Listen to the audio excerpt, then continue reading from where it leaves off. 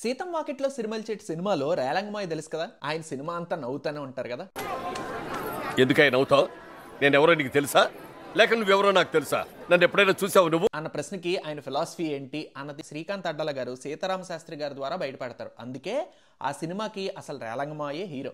మరీ అంతగా మహాచింతగా మొహం ముడుచుకోకలా అన్న పాటలో మొదటి చరణం మీరు చూసినట్టయితే, ఎండలను దండిస్తామా, వానలను నిందిస్తామా, చలినెటో తరిమేస్తామా, చీపొమ్మని కస్సుమని కలహిస్తామా, ఉస్సురని విలపిస్తామా, రోజులతో రాజీ పడమా, సర్లెమ్మని.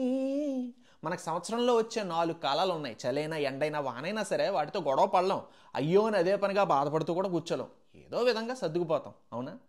సాటి మనుషులతో మాత్రం సాగనని ఎందుకు పంతం, పూటకొక పేచి పడుతూ ఏం సాధిస్తామంటే ఏం చెబుతాం. మరి పక్కనున్న వాడితో మాత్రం ఎందుకు పంతానికి పోయి నేను ఒప్పుకోను, ఇదే కరెక్టు, ఇలాగే ఉండాలి, ఇలాగే జరగాలని. అది నీ ఎక్స్పెక్టేషన్ అంతే. అలా గొడవ పడితే నువ్వు సాధించేదేమిటి? చివరాఖరికి నీ మనశ్శాంతి పోవడం తప్ప. అందుకే నువ్వు ఏడిస్తే నీ కష్టం పోతుందా కదా. మరి ఎందుకు ఊరికే గోల?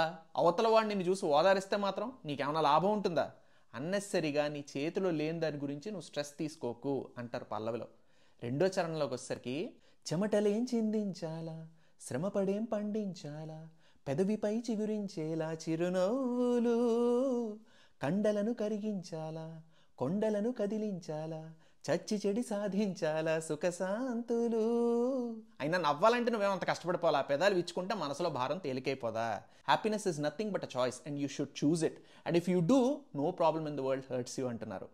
మనుషులని పెంచే రుజువు, మమతలను పెంచే ఋతువు, మనసులను తెరిచే హితవు, 100 ఏళ్లైనా వాడని చిరునవ్వు.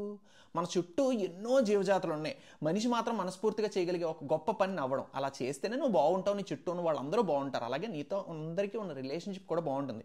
It will open us up. And అలా నవ్వితేనే అవతల వాళ్ళకి మనం పెద్ద కాంప్లెక్స్ అనిపించం. అందుకే తరతరాల బట్టి అందరూ కలిపి నవ్వుకున్న ప్రతి చోట సుఖ సంతోషాలు వెలసెల్లుతున్నాయి.